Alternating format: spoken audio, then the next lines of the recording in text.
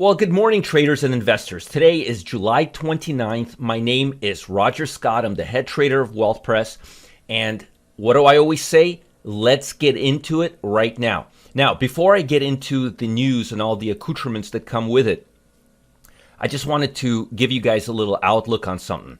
I don't know if you've noticed or not, but the markets have been opening higher the last few days and then gradually coming down. That's a typical sign that the market's going through a distribution phase. Typically through a really strong bullish phase, you'll see the stock market open a little lower and trade higher as the day goes on. But right now, what we're seeing is the stock market actually opening up higher and drift down. I was looking at the NASDAQ 100 yesterday and throughout the day. I mean, look at this close yesterday. I mean, we drift, and then we went lower. So that's a sign that the market is going through a distribution phase. It's a very, very simple, very basic, but a very accurate sign.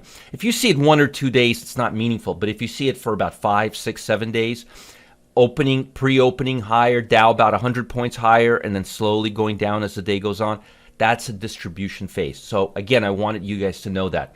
Let's talk about world economy, and then I'm going to talk about some weak stocks in the technology sector, or the NASDAQ, which is the weakest sector now. We went from being the strongest to the weakest, and I'll explain why. So let's get into it. World markets traded in a narrow range Wednesday as investors look for the U.S. Federal Reserve for clues about the U.S. outlook as pessimism over the fallout of the COVID-19 pandemic continues to ravage this country. And they're talking specifically about the FOMC minutes, which are coming out, not the minutes, the meeting, the resolution of the meeting. That's happening today. It started yesterday. It's going into today. We're going to get the news at about 2 o'clock, 2:30 p.m. Eastern time. Till then, I'm not expecting a big trading range. I'm expecting the market to be in a fairly tight range because most institutional traders don't want to make big bets ahead of the FOMC, and especially the GDP that's coming out tomorrow. So we got a full plate. Fed is largely expected to keep short-term rates at their record near zero, but they're also looking to hear what it says about how long they may stay there. That's the big key. Right now, from what I'm understanding, they're talking all the way till the end of 2022.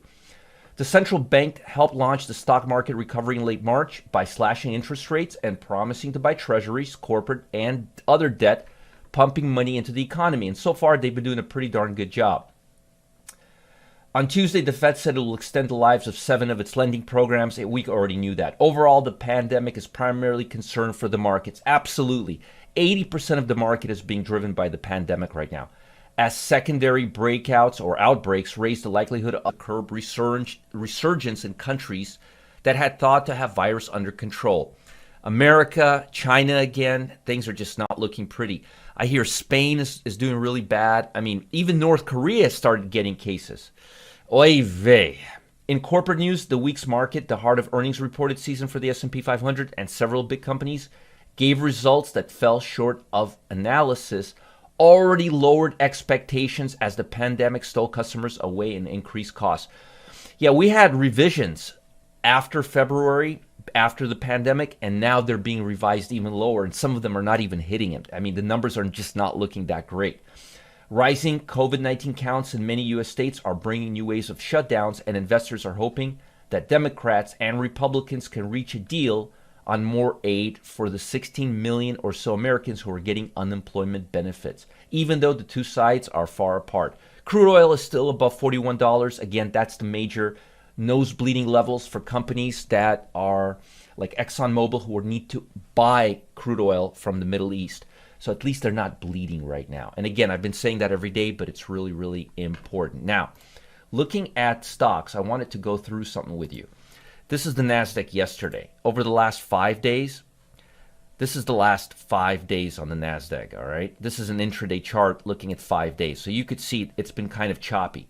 If you look at it on a monthly basis, we've pretty much almost at the 200-day moving average on an intraday basis. If you look on a daily basis, it looks like we just started cooling off. But again, look at the divergence that we're seeing. And I went over this yesterday. This is negative divergence, all right? Price going higher, oscillator making lower highs leads to breakdowns. You're not convinced? Let me show you a little piece of history. Price going higher,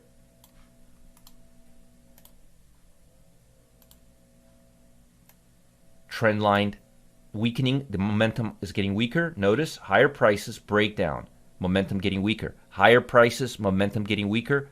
Let me extend this to make this proper. Are you seeing a similarity? Higher prices, weaker momentum. Higher prices, weaker momentum. What followed here? Are you seeing what I'm seeing?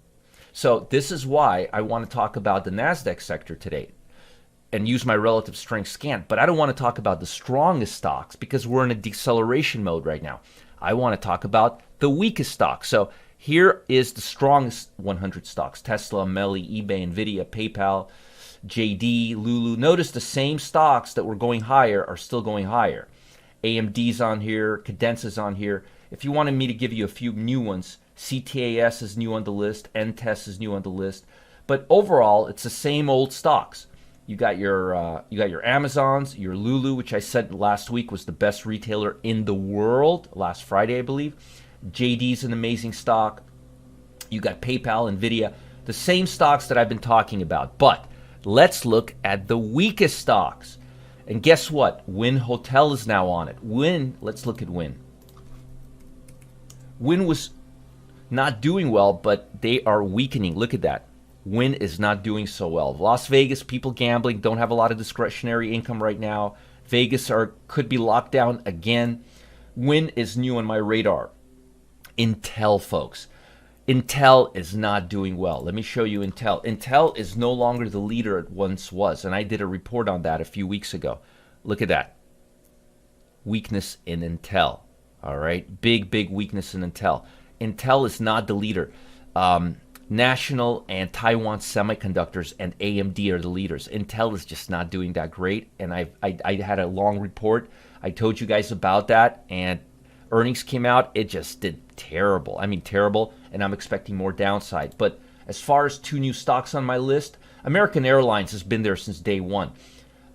United Airlines has been there since day one.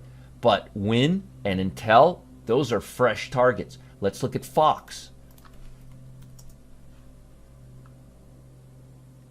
Yeah, definitely. Just not picking up. Hit the 200-day moving average as we expected. And then coming back down, I would look to sell around the 23 level. Maybe the 23 on a sell stop would do pretty good. If it goes down to 23, it'll probably hit 19. So we got, and that's Fox A if you want to class A. Fox A or Fox. Hasbro, new stock. Let's take a look here. Again, these are new stocks that are on my chopping block that have not been there yet. Again, look at that. Just crossed below the 50-day moving average. So you could see here, we got Hasbro, we got Fox, we got Intel, and we got Wynn. There's others. There's Western Digital, which is just doing terrible. Ross Stores, which is doing really bad. Walgreens, I don't know about Walgreens. I always thought Walgreens was a good stock. Starbucks, people are not going to Starbucks as much right now. Let's look at Starbucks. Yeah, it's just not doing that great. People are spending less time at Starbucks. But if you want real weakness, I would stick with Wynn, and I would stick with Fox or and Fox, and maybe even Hasbro. Hasbro, Fox, and Wynn. Intel, give it a little time. Let's see if it can break the low. If it can break the low, there may be more downside, but it's a little too early for Intel. So for now, Wynn, definitely add Wynn to your short list, add Hasbro to your short list, and add Fox to your short list. Those are new stocks that are on my chopping block. And again, the NASDAQ is not looking pretty right now, and even stocks like Starbucks are not looking good. Marriott's not looking good. NTAP is not looking good. So there's a lot of things that are on the chopping block. But I'm really negative on Wynn, Fox, and Hasbro. Now, did you know that you can take or turn $5 million into over $700 million? $5 million into over $700 million. Little known quirk. And that you can use that same strategy when your account is $5,000 to turn it into $500,000. From $5 million to $700 million, from $5,000 to $500,000. Makes sense, right? Folks, you better believe it. It's very possible. It's called the money link strategy, and it's based on the mathematical fact with a 96% certainty. Not a 50% certainty, not a 60% certainty, 96% certainty. Take the BlackBerry Apple link, for example. BlackBerry declined, Apple soared. How do you find these? I'm glad you asked. Link Stock Expert, and Jeff is amazing at this. Jeff Zananeri, he's finally ready to reveal the strategy with everyday folks like you and me. I want to get in on this too. Notice how I'm looking at the strongest stocks right here, and then I'm looking at the weakest stocks. See, he's buying the strongest and selling the weakest in the same sector. To say that it's brilliant would be an understatement of the decade. This is how a lot of hedge funds, large hedge funds, make their money. He's finally ready to reveal this to everyday average folks, and I'm just eyeballing it. He's got this down to a science.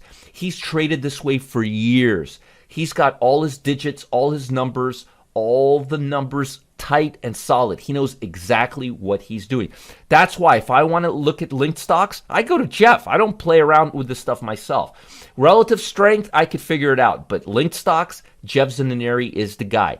$5,000 to $500,000, extremely doable and possible, especially in the current market economic cycle where we have some stocks making new highs and some stocks making new lows in the same sector.